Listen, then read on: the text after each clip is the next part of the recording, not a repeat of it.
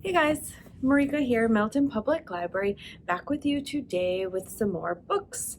This month we are going to be doing a combination of graphic novels and poetic or novels in verse. So this week I'm going to be focusing on graphic novels.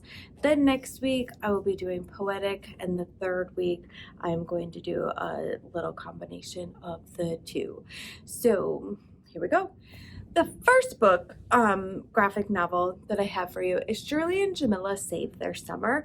This is by Gillian Goertz.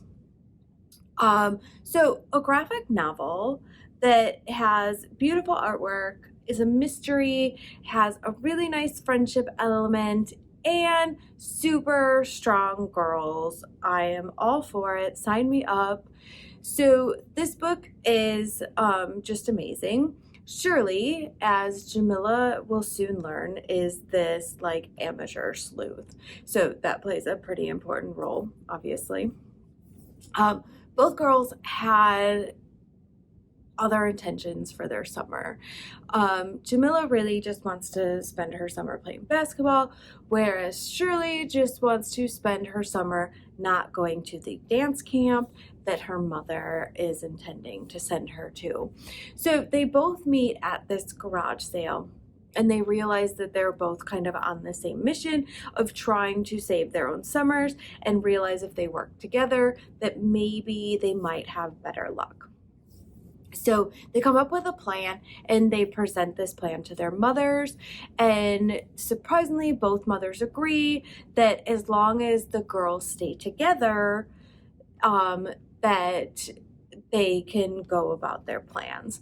So after Jamila learns that Shirley is like this amateur sleuth, she doesn't really want to like go along with her on her little detective missions, but realizes that she now has to because of the agreement with their mothers. So they have to stay together, and she is now stuck with Shirley. So this is just a really fun mystery. It has fantastic art, and there will be a sequel coming out in November. So if you like it, look for that. This is Shirley and Jamila Save Their Summer by Gillian Goertz. The next graphic novel that I have for you is just a beautiful, whimsical book that I absolutely adore. It is The Tea Dragon Society by Kay O'Neill. So Greta is learning how to be a blacksmith from her mother, which is pretty amazing. But then one day she finds this tea dragon. Now, tea dragons are like little tiny dragons that next to their horns, they grow herbs. Each tea dragon grows a different sort of herb. So when she then goes on this mission to find who owns this tea dragon, she wants to ensure its safety. So when she finds the tea dragon's owner, she becomes immersed in this new world with all of these new wonderful people and all of these tea dragons. This is just a really gorgeous, simple book that is set up in 5 sections, one for each season and then an epilogue. So this book is just beautiful and magical and heartwarming. And sometimes I think that that's like all you need from a book, is just make your heart feel warm, and we all could use that.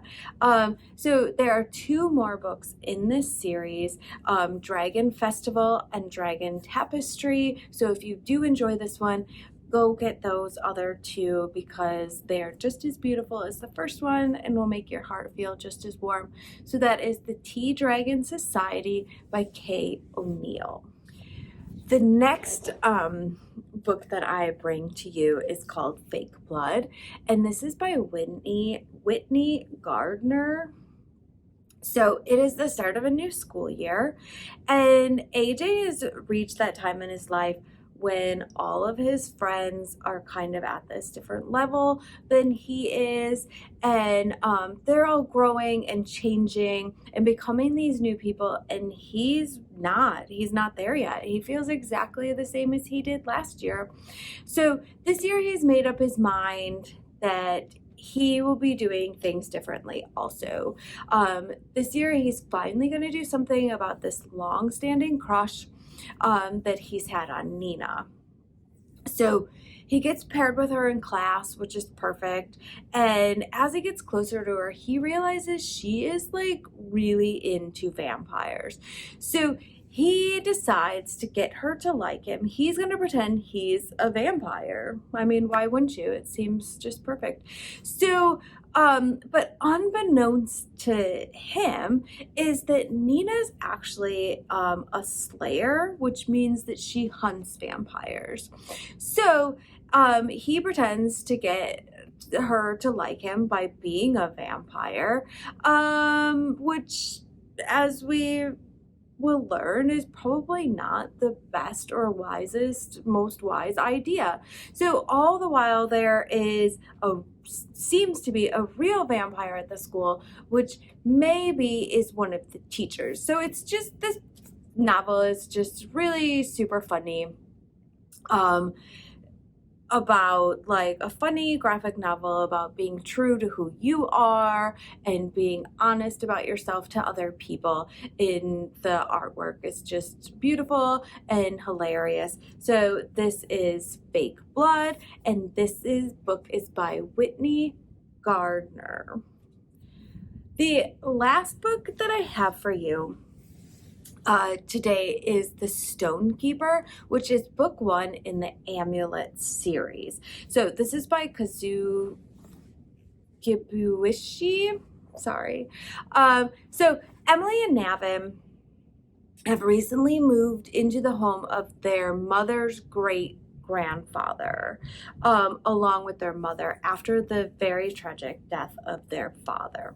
Once they move in, they instantly start to notice things are not okay. The story has like literally everything that you need in a story. It has dangers, cute critters, magical family heirlooms, monsters, sinister acts, adventure, and heroes, which is literally a lot. So the story is really similar to a lot of stories in this sort of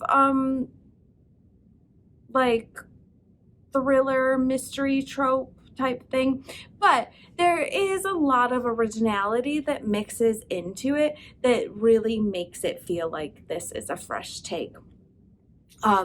One of the better parts of this is that there will be 9 books total in the series. So if you like series and you enjoy that kind of long drawn out story, then this is a great graphic novel for you to get into, because there will be 9 books. So this is The Stonekeeper, book 1 in the Amulet series by Kazu, Kibuishi. So those are my graphic novel picks for you this week. I hope that you enjoy one or more of them, and I will see you next week. Bye.